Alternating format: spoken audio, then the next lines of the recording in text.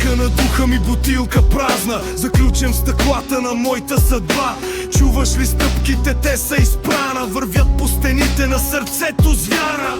Раждането е клетва в мъртвешница, от пепелта на изгорени небеса.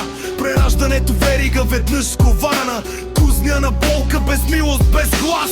Ангелът падна с разбити крила, в окови от смрад и позор. Дяволът пее, кръвта му е жива и черпи от моя животворен разгар. Това е възкресение чрез унищожение, от небеса въртец, стъпка по стъпка.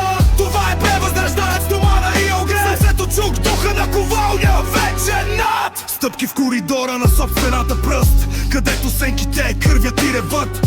Бутилката се пука, духа е свободен и в тази свобода новът се заражда. Борбата е раждането, болката прераждането. Ангел и дявол в една кръв се смесиха. Две лица, едно сърце, в бездните се пускат да владят и небесата и пламъците долу.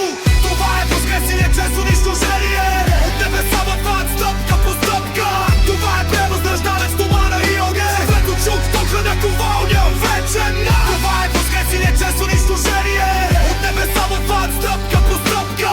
Това е превъзрождането, тумана и огън. Светло чук духа на ковалня, вече над.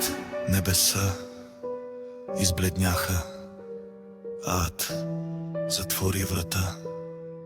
Само стъпки в пустощта, само сърце, което никой не разбра. Бутилка на надежда.